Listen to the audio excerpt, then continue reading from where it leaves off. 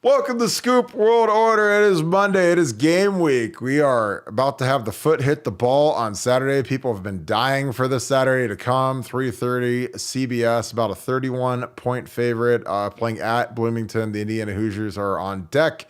I think it's going to be an absolute beatdown no matter who plays quarterback. I think it's just we have too much talent, too much skill. But we're going to get into that. And we're also going to get into the latest on some five stars. Guys like Brandon Baker. There's a defensive tackle, Dominic McKinley, who's coming up for a commitment. Are we in on it? Is there any other crazy guys that could potentially make official visits to Ohio State? We're going to do that with Bill the Bank Greene. But first, as always, we're very thankful and grateful for you guys, I guess, for showing up every single night. If you enjoy this content, please leave us a like, click subscribe, and also click that little alert bell. Shout out where you guys are watching from. As always, I love when you guys do that. And in the comments, I want to hear which of the remaining recruits who are uncommitted, or maybe someone who's committed that we could flip, would you most want to join this class? This realistic. Let's be a little realistic here. But I'd love to see some names. Put those in the comments down below. And we appreciate you. So that being said, I'm going to bring in my man who is the golfing machine, Bill the Bank Greene. Bank, how are you today? Doing good, man. Real good. All right. So, our favorite topic in the entire universe is offensive line recruiting. We talk about it, I think, every single day on our site. Brandon Baker, Jordan Seaton, Kirby Lambert, I don't think we have any shot at. I think he's going to go to Notre Dame or Harvard or somewhere, wherever. Where are we at with Brandon Baker? Where are we at with Jordan Seaton? Are you optimistic? Do you feel good about those guys? And honestly, what does Justin Fry have to do to pull a five-star tackle that everyone seems to be obsessed with?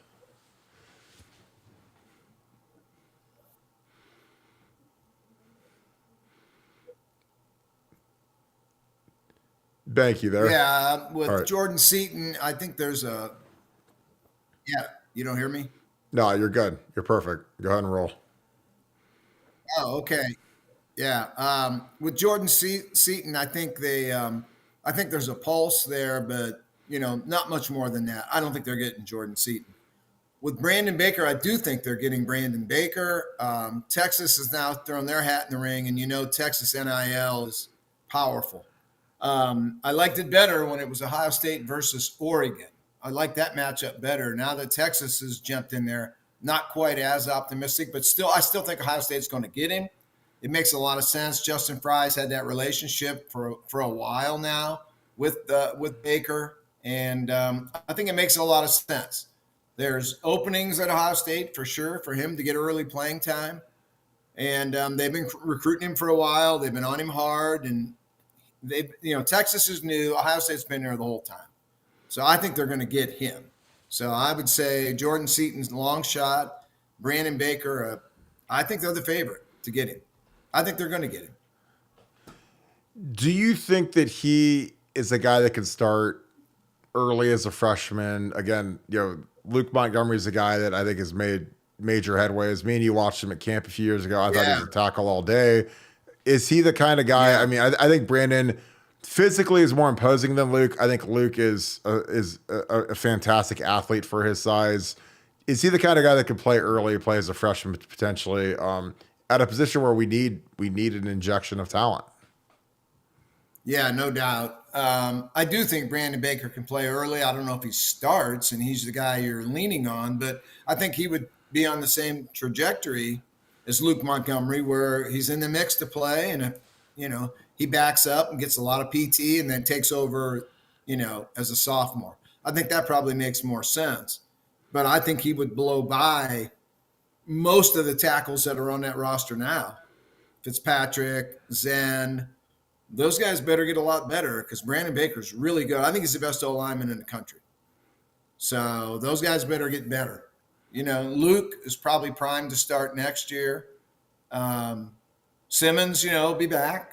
So see what happens there. But yeah, Brandon Baker would be a guy that would definitely get on the field early. Yeah, I totally agree. I think that even if he's not a starter, I think you got to rotate him in there because Simmons will be gone after a year. Yeah. And I think it's better to have guys that have their sea legs a little bit. And they've played a little bit and they've got some experience playing in games that are still competitive and not just at the end of the game when you can put the tuba player out there at tackle. Like, you let those guys in. I've been very critical of Ryan Day for not pulling the starters and getting the linemen in earlier because I think that Sure. it hurts your depth because when these guys are bright eyed and bushy tailed and they got to go play a real opening opponent, it's tough sometimes. I think that you got to Well, get those good. yeah, if you look at, who's the starting center against Indiana? Who's starting? Who's trotting out there? Carson Hinsman, zero Carson careers, Hinton. yeah, zero plays ever at center in his life. If you thought a year ago that he even had a remote chance at being your starter, why would you not have played him in the first 4 games or any time last year? You get 4 games, you can still, redshirt. He didn't play one play. So obviously that tells me they didn't really think much of him last year. Now maybe he's gotten a heck of a lot better, but I mean it's inconceivable to me that he couldn't have got on the field last year and gotten some time, especially if you thought he was going to be your starting center this year. Did they think Whippler was going to leave? They probably had to think it was 50-50. So I'd rather see Carson Hensman with 40 plays under his belt than zero trotting out there this week. I mean, it I, was, almost a wasted year for him last year. He could have got game action. I totally agree with you. I mean, again, I knew Luke Whippler was out by the middle of the season. So if I knew, just because I had a good source, then I would hope to God Justin Fry would know, and I'd hope to God Ryan Day would know, or at least know, hey, there's a lot of smoke around this kid, and I think that he's mature, and it looks like he wants to make the jump. And because again, there's some times where this stuff just happens in packs, and Paris Johnson was a third-year junior and Luke Whippler was a third-year sophomore, redshirt sophomore. But sometimes these guys get the itis, and that their buddies are leaving, and like if you were playing bank at Ohio State and your two best friends were leaving to go to the league, and you were on the cusp of it, might dive right in with them. And guess what? Sure. Luke just made the Browns. He's going to make $800,000 this year, literally playing for the Browns. So people say, oh well, he made a bad decision, and his signing bonus is probably 400 grand. So he's going to make over $1 million this year as a 20-year old. So, people that they turn their nose up. Yes. Yeah. I mean, and again, he'll hit free agency earlier. He'll be a free agent in 3 years. So Yeah. if he starts rotating in and starts at center, he might hit a big payday when he's 23 years old. So 23, 24 years old. So, Yeah. he might get a third contract. So Yeah. again, it's not always some binary, hey, I got to stay for 5 years. Because the thing I know about football is there's no guarantees, and guys get hurt. Guys Yeah. get Tyrone Prothro broke his leg, and he would have been probably a first or second round pick at Bama. He was like the original Jerry Jeudy, and he broke his leg in half. He can't even walk anymore. So you can go get that money, man. Go get it. Yeah. In I terms agree. of in terms of defensive ends, obviously, we missed on our boy Dylan Stewart, who's the superstar. Is that dead in your mind? Do you think that they've got the claws into him deep in South Carolina, the NIL deal, whatever it was that, because again, that was weird to me because like when we're competing with South Carolina, that's like one of those ones where something's up, if it's, Yeah. and whereas Bama, Georgia, Clemson, Florida State, I Right. get that. But man, when it's Ohio Right. State versus Carolina for the best defensive end in the country, raises an eyebrow. Is that one dead for us? Sure. Well, I mean, he just committed like a few hours ago. It's not like, he hasn't been committed that long. So I would think it's dead today. Yeah. Do you revisit it? Of course. I mean, you're going to stay on that kid. You'll keep calling him, texting him until he tells you to stop. So it's not dead on Ohio State's end. I promise you that. I mean, they don't have a lot of D linemen committed right now. You got to find them. They're chasing the Dominic McKinley kid. I mean, I think they have a puncher's chance there, but I think Texas is probably going to be the call there right now. I think it's Texas, and the funny thing with Dominic McKinley is it doesn't seem LSU's in this one at all. And that's crazy for me to think that LSU does not even have a horse in the race here. But, NIL, man, they could get back in that class real quick. I'm going to toss the Dominic He's a McKinley monster. film up. I mean, Oh, you'll get God. that guy in a minute.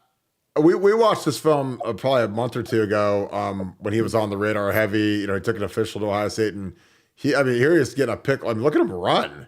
You know, I mean, I mean, that's freakish for as big as this kid is. Uh, And, again, I'm shocked because yeah, Louisiana, I mean, LSU, the Tigers, they own Louisiana. Like, I mean, we don't even send coaches to Louisiana. I think the first guy we sure. recruited in forever was Tackett Curtis last year, and we whiffed on him, and somehow he went to SC. But I mean, I remember like when I played LSU in '07, their whole front was from Louisiana. I mean, they don't have to go nowhere to find big, monstrous Glenn Dorsey, Tyson Jackson.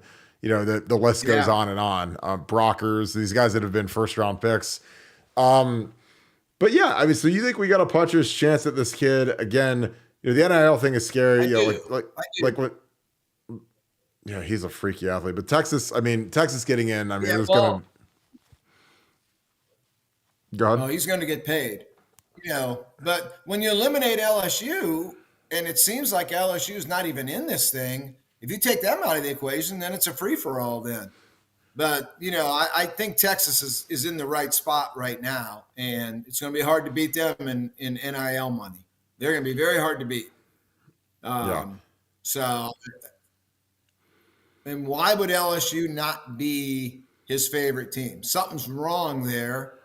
yeah. I don't know. I mean, it just seems crazy that LSU wouldn't be the outstanding favorite, but it doesn't seem like they're even in this one, which is crazy to me. So we'll see. I mean, Ohio State, if you could get this kid and pair him up with Justin Scott, and Edric Houston, I mean, that'd be one of the greatest D line classes ever. And Oh, then they that can that they can take whoever they want. As the fourth guy, you take whoever you want then. Who do you see as the fourth guy? Do you see Brandon Caesar, the kid from Cleveland Heights? Do you see Booker Pickett? There's a lot of guys out there that are kind of Yeah, plan B-ish type guys. right. Well, Who are Booker you? Pickett be plan A. I just don't. I think FSU's. There might have been a couple checks already cashed in that one, so that NIL might be done. Um, I kept throwing Brian Robinson's name out there for a year now. But I'm finally ready to give up on that one. But he was in the mix for sure. He's talented as heck. So, but Yeah, we'll see. You know what I mean? Pickett doesn't seem to be in any hurry to make a decision. So yeah, he would be a guy. I think they would take him today. They take McKinley today, and then call it a day. So the yeah. nice thing is they got 2 5 stars in the hopper. That's a great place to start. I yeah, I agree. It's been an interesting run for Brian Robinson. I always root for like a kid who's seems like he's a hard worker. Little wild story going with Fitch. He's down here in Columbus now, Westerville Yeah, North. But yeah, it's just something doesn't seem right because again, a kid that doesn't have an offer, he right. refuses to work out at camp. Like, you got to know your situation. Like when you're like a guy like me or a guy like Terry McLaurin or a guy like Darren Lee, if they ask you to work out 5 times to get an offer, you have to go work out 5 times. Like Joey Bosa doesn't have to do that. Terrell Pryor doesn't have to do that. Dylan Raiola doesn't Right. have to do that. But like guys that are fringe guys, if they tell you to jump through a hoop, you say how many hoops, how high, where, when, what time, how early.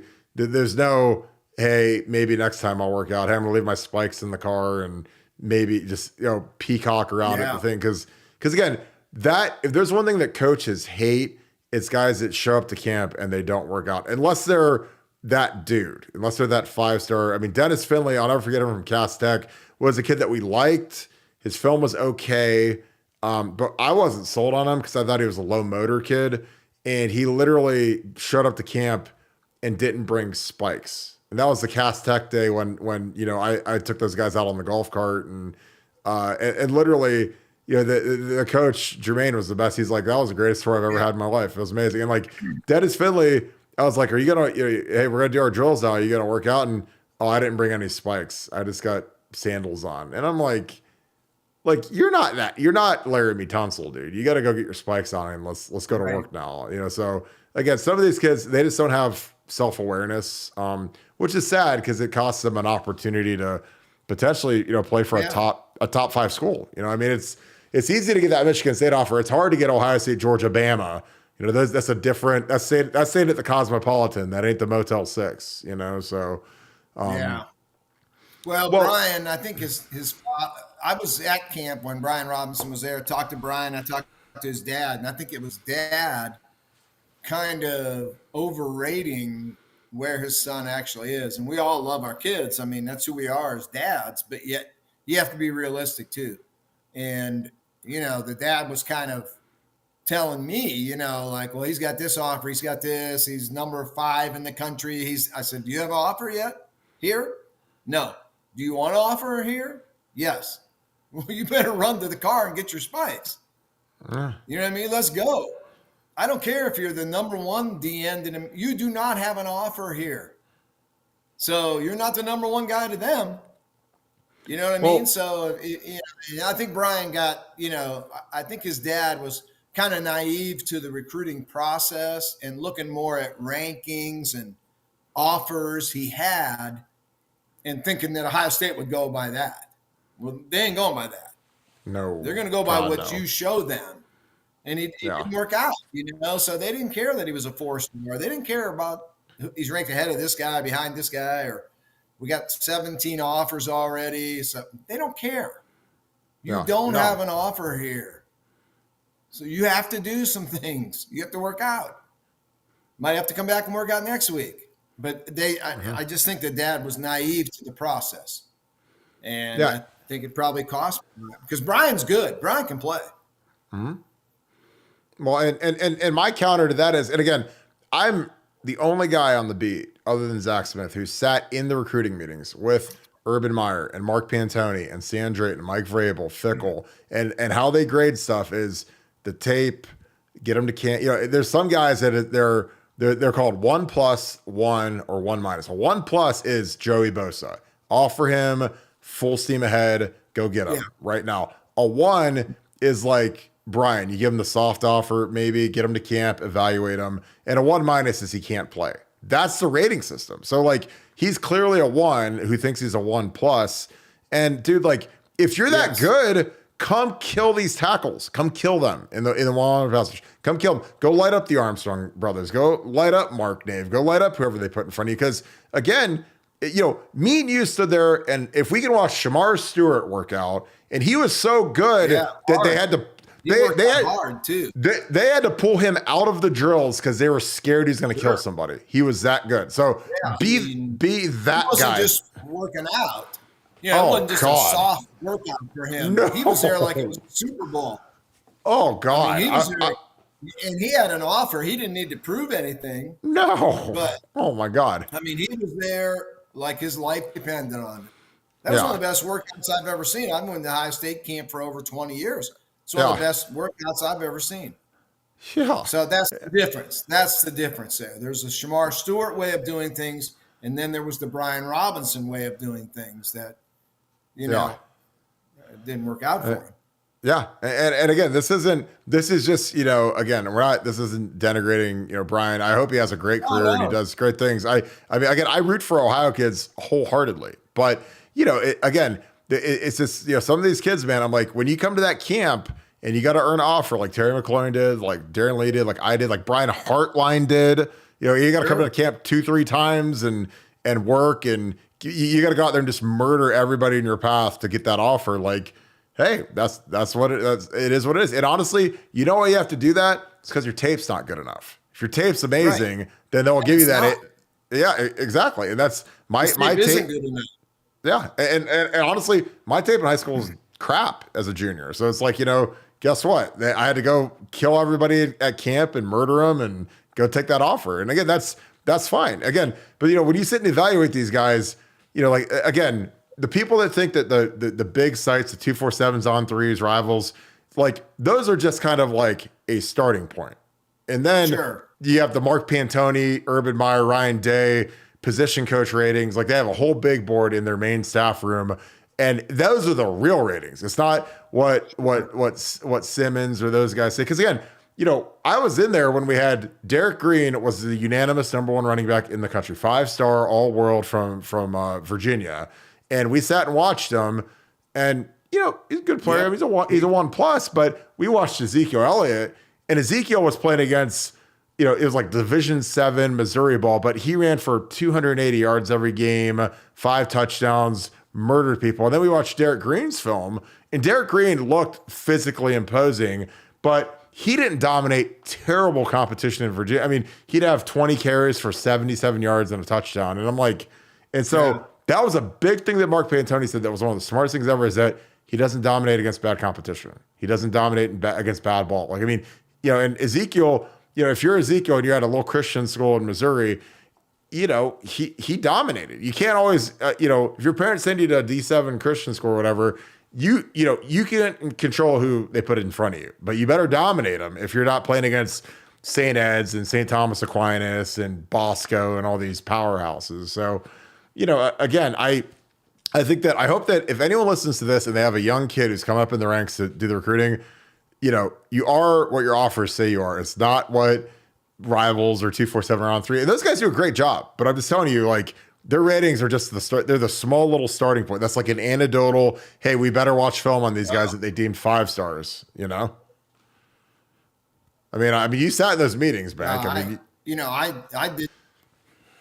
did the Ohio rankings for 15 years, and I told people the same thing that you said. Yeah. I just give out compliments. Yep. And Mark Pantoni gives out scholarships. I just give out exactly. Nothing. What I give is nothing. What they give will set you up for life. So impressing me is not like impressing Urban Meyer. You know what I mean? Or, your O-line coach, whether it's Warner, whoever, Stud, Fry.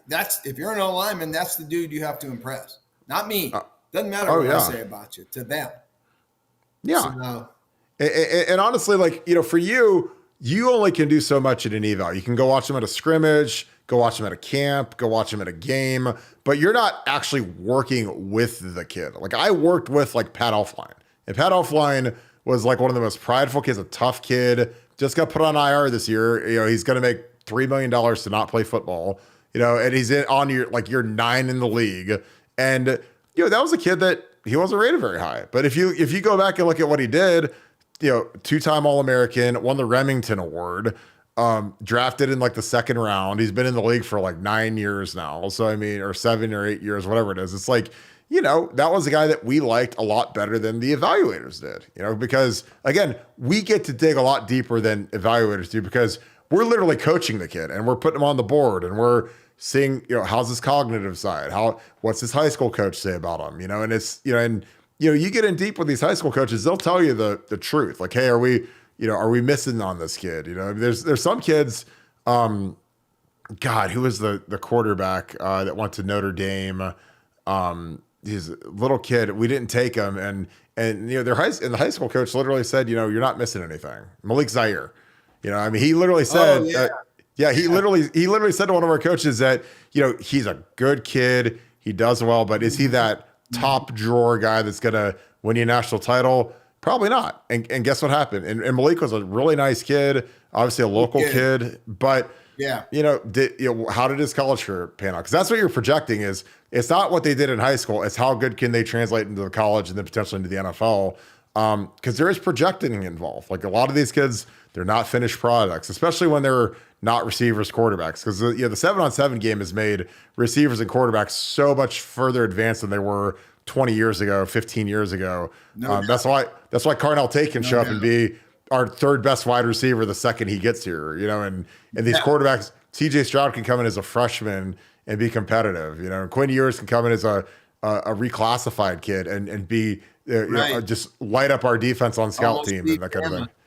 Yeah, exactly. Yeah. I mean, as a true freshman, basically as a true freshman age kid, he almost beat Bama. I mean, if he doesn't get his sternum broken in half, he probably does. So, again, like these guys they're advanced with the passing schemes, and plus the passing game is so overpowered because of how they call illegal contact and defensive pass interference. So, I mean, if you can throw it and catch it, man, you're going to shred teams. I asked Nevada this earlier.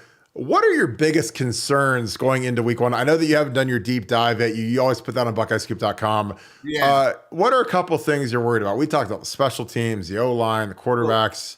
What are you worried about? Well, you mean this week or this season? Well, let's start with this season and then going into Indiana. Yeah. Well, this season, everything you hear about the quarterbacks is pretty positive, but we haven't seen any of them take a meaningful snap yet that means anything. We saw Kyle Mm-hmm. McCord against Akron. Devin Brown done anything. Um, so I don't know. And quarterback's the most important position in all of team sports. So, and I don't know if they're good. They might be really good. They're going to be good against Indiana and Western Kentucky and YSU. They're going to be good there. Are they good against Notre Dame? Mm-hmm. You know what I mean? Notre Dame's going to score on Ohio State, I believe. I think that Yep. Notre Dame offense with Sam Hartman is a different animal than what they were with Pine or Buckner or any of those other, the last 4 or 5 quarterbacks they had. Yep. So you better be able to score. So quarterback, I think, is a question mark until we see him. Should they be good? Yeah, they should be playing in Ryan Day's system. And McCord was highly rated, Devin Brown highly rated. We just haven't seen it yet. Biggest concern for me is the O line. Mm-hmm. I know Matt Jones and Donovan Jackson are dudes. I mean, there ain't no Mm-hmm. doubt about it. Those guys are NFL guys. Center, you got Carson Hinsman. I've never seen him snap ball yet. Neither of you. Neither is Ryan Day. Just in Yep. practice. Mm-hmm. Tackles. You know, I mean, man, those are huge. Yeah. You know, Josh Fryer's a nice player. I've always looked at Josh as a sixth man, seventh man O lineman. Mm-hmm. Well, he got to be a starter this year. Yep. So that's a big jump going from, being the extra dude to being the dude. That's a big move. So he's got to be good. Then you got, Jimmy Josh Simmons on the other side. And we had talked about this. He had 17 penalties last year at San Diego State. He wasn't blocking Georgia. He wasn't blocking Bama. He wasn't blocking the Big Ten. 17 penalties. So I went and looked it up. How many penalties last year did DeJuan Paris, Whippler, Donovan, and Matthew have for the year? How many did they have? Do you know? 20, maybe? 17. 17. They had 17 total as a group. Jimmy Josh had 17 last year, blocking nobody. So that's a concern to me. That's a horrific number, 17 penalties. How many did you have in your Ohio State career? Oh, God, 5, maybe. I mean, mean, 17 in like, 1 year. He won't get to have 17 penalties this year in Ohio State. oh, He gets up God. around that 8-9 mark, he's out. So that's a concern when you look at that O line. Defense, I think the defense is going to be good. There's no reason why they aren't good. They got a lot of guys back. You added Igmanosin, you added the kid from Syracuse with, Eichenberg, Steele, Jack Sawyer, JTT. Get Tyleik Williams on the field and let him play. Michael Please. Hall. Burks should be better this year. Ransom better be better this year, or Ransom's going to take a seat if he's not better. Styles has got to blow this year. He's got to blow up. Yeah. So Hancock is a guy. I've always been a Hancock guy, and I'm not giving up yet, but man, I'm close because he's never been good. He should be good, but he's not good. Same with, like, I look at Julian Fleming that way. Like, I never quit on Julian Fleming because he's got so much freaking talent. And that's Mm-hmm. what Hancock is. Hancock should be a number one corner. He shouldn't be the number, whatever he was last year. He wasn't 1 or 2. Yeah. He played behind Cam Brown. Whew. Cam Brown wasn't very good. No. So Hancock's huge this year for Ohio State, I think. And I think if Hancock can play, I know Igmanosin can play, I know Burke can play. That gives you 3 corners out there that can cover. And I don't care if Jim Knowles can call one of them a safety if he wants, but those 3 guys can cover. So I think Hancock's the key in that DB room. I think the D-line is solid. I think the linebackers are solid. Those DBs have to be better than what they were collectively last year. So DB is a big concern of mine. O-line's the biggest concern of mine, and then quarterback. So, and everything I talk about is always in relation to winning the national title. Not winning the Big Ten, although you got to win the Big Ten East. You got to get this Michigan thing figured out. You got to win the Big Ten East. You got to win the Big Ten. Then you go to the playoffs and you see where you're at. No, I totally agree. Are you worried about our lack of pressure? Because that's a big thing I know you love to talk about. Get over 50 sacks is a big metric. They didn't come close last year. They didn't come close to 50. You know what I mean? The leading sack guy was it JTT with 4.5 sacks? I think You that know, was Sawyer. Nick Bosa will get 5 with a broken leg. I mean, Oh yeah. so yeah, you got to have more pressure. I mean, everything has to be better on that defense, and I think it will be. It should be. Those guys are good. I mean, they weren't good, but they should be good. Put it that way. You know what I mean? Jack Yeah. Sawyer should be better than what he was. JTT, take the Penn State game away. He has to be better than what he showed. Tyleek's got to get in shape. Mike Hall has to stay healthy. But those guys are all really talented dudes. But saying, hey, we're really talented. Well, why'd you give up? Why are you giving up over 40 to Michigan and over 40 to Georgia then? You know what I mean? That just can't happen. So am I worried about Indiana? No, they're going to beat Indiana badly. You got 2 quarterbacks that are going to be looking to put points on the board. So I think Ohio State scores a lot, and I think Indiana scores nothing. I think Indiana stinks. Tom Allen is going to get fired. It's a question of when. He's got that contract that, they probably don't want to pay the buyout. But that staff knows they're dead men walking at some point. Those players know that the coaches are going to get fired. So I think Ohio State just annihilates Indiana this week. And then, like I say, Notre Dame's the first hurdle. Wisconsin is going to be a hurdle. Penn State's a hurdle. Michigan's a hurdle. You got 4 losable games this year where a lot of teams, Georgia, I don't think they have any. Their schedule is so cake. Oh my God. But this is really a tough Ohio State schedule. This is the toughest schedule at Ohio State I've seen in, I don't know how far we'd have to go back. This is a really hard schedule. Yeah. Yeah, when you have to go to Camp Randall and to Ann Arbor, and then you throw Notre Dame as well. I mean, those are 3 real road games. Like, I mean, and plus, the thing is, we only have 6 home games. Last year we had 8 home games. Yeah. And again, so you had to rob Peter to pay Paul, because last year was the year to win the title. Because we had 8 home games, 4 road games. I mean, that's unbelievable. And you had Michigan at home after they beat you down. So we couldn't get that one done. And so this year you got to have the 6 home games. And I mean, that people that don't play football, they don't realize like how big of an advantage it is to have 8 home games, because you don't have to travel. And it's like, your body feels better. You get more sleep. You recover more. Again, like that's, and plus like it's hard to win on the road in college football. So when you have Real 8 hard. of them, especially at Camp Randall with Fick. I mean, Fickle's going to have those guys running through walls to beat us. Well, plus the week before they go to Wisconsin, they play Penn State at home. Yeah. And let's say you beat Penn State. Huge win. Beat Penn State, ranked number 1 in the country, whatever. Everybody telling you how great you are. Then you go up there and play Fickle's group. What do you think Fickle would give to win that game? He'd cut body parts off. He'd cut 2 fingers off to win that game. Easily. So, and he's got a quarterback in Tanner Mordecai. They're going to score. It's not typical Wisconsin that looks to beat you 17-15. It's not going to be that way with Vic up there. So, I mean, if Ryan Day can get through this schedule 11-1 or 12-0, I think it'd be a really, really good coaching job. Yeah. And this year he's got to coach. You know what I mean? Where in the past, I think he could cruise his way to 10 wins. Oh, you ain't cruising this year, man. You got to coach this year. You got to really coach your butt off with these road games, 4 losable games. You got to get the Michigan thing straightened around, or you're going to, if they lose to Michigan this year, you're going to start hearing a name we haven't heard in a while, John Cooper. Because they're going to start, that's what the narrative's going to be.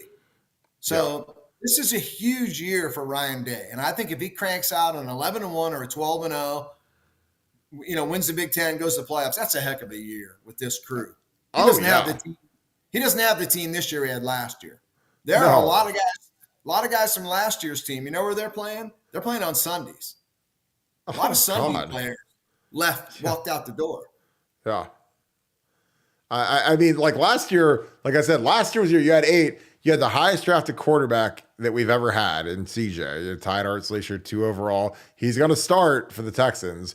Paris is going to start for the Cardinals. DeWand was fantastic in the preseason. Luke Whippler, again, that O-line last year was as good of a Oh, pass blocking O line as we've ever had. I mean, you have yeah. Paris and Dewan at tackle; those guys are absolute erasers on the edge. So, I mean, you're losing dudes. Jackson Smith-Njigba obviously had a lost season, didn't play first rounder, but I mean, you still had Marvin and Emeka. So I mean, you still got two other first rounders. So Yeah.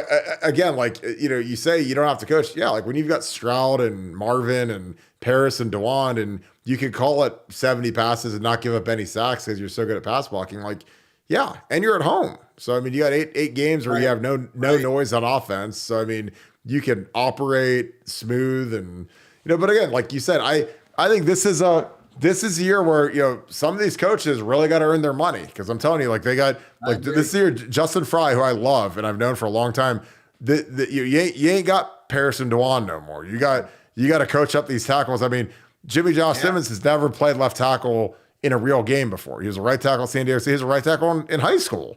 So I mean, you got to. 17 penalties. Oh, I mean, In the little kids league, 17 penalties.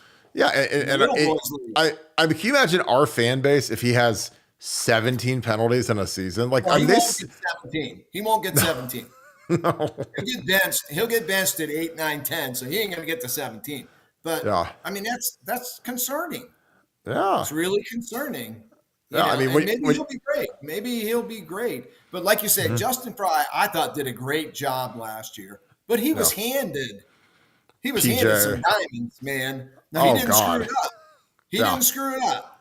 yeah, But he was handed some prime Per- beef. Well, this yeah, year he's got to make them. He's got to take them and make them better. Last year he just had to not screw up. yeah. He doesn't have that this year. He's got to coach his tail off this year. Yeah, last year he had a bunch of filet mignons at STK, and then this year he's got a hamburger helper and he's got to serve it at STK. Nobody got hurt last year. You know what I Yes. mean?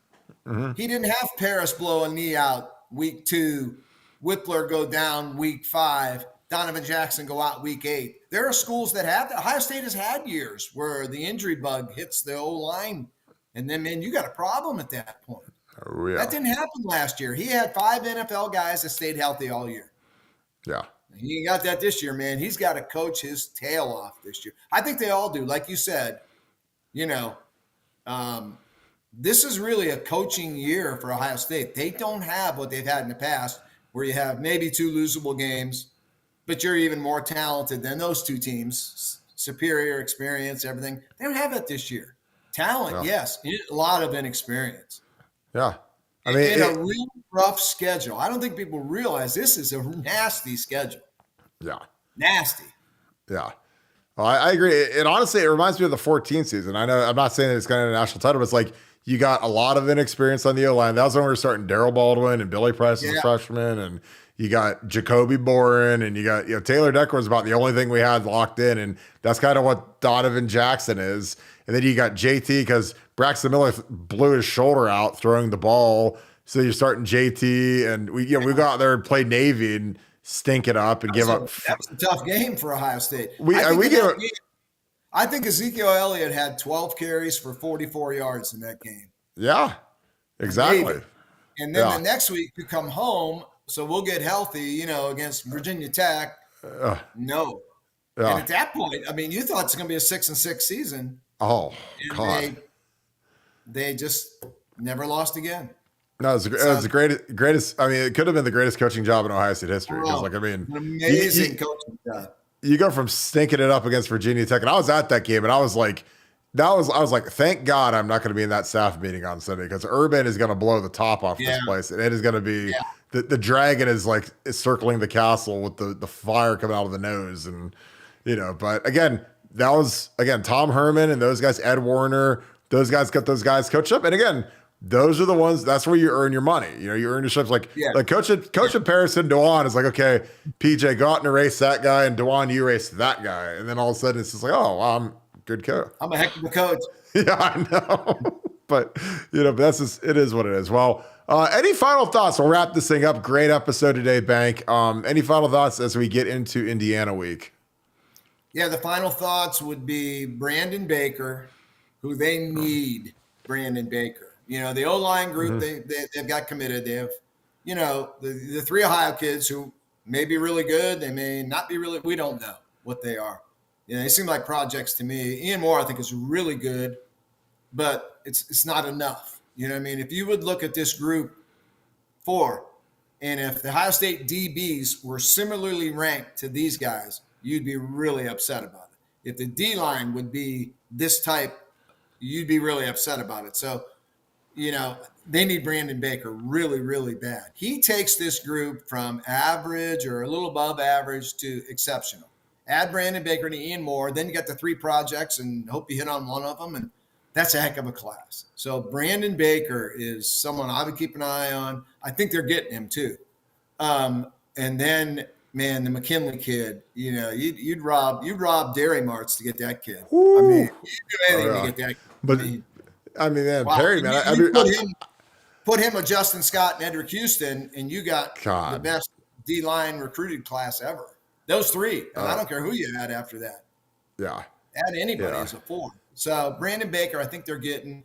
If they shock the world and get Dominic McKinley, I mean, this is an amazing recruiting class. Then, one of the best ever in Ohio State history. Mm-hmm. So that's the 2 names I would keep an eye on. Final thoughts are Brandon Baker, Dominic McKinley. All right, that's going to give our fans some excitement tonight. So appreciate you, Bank, killing it as always. Bill, the Bank Greene, bringing the heat on the show per usual. If you guys love the Bank, he's on BuckeyesScoop.com, crushing it with his material. Really excited as he gets into game week. He puts out his previews. He does his game watch. Really great content. Love to have you guys on BuckeyesScoop.com. Appreciate you guys as always. If you enjoyed this content, please leave us a like, click subscribe, and also click on that little alert bell, and you guys will get an alert every time we go live. We're going to be pushing a lot of these shows. We appreciate you guys tuning into them. If you need your best companion for Ohio State football, join BuckeyesScoop.com. We are growing like crazy, and we appreciate all of our new members. Thank you guys for joining us, along with our Scoop family that's been a part of us for a while. With that being said, as always, thank you, Buckeye Nation. Thank you, Scoop family. I hope you guys have a great rest of your day. Go Bucks.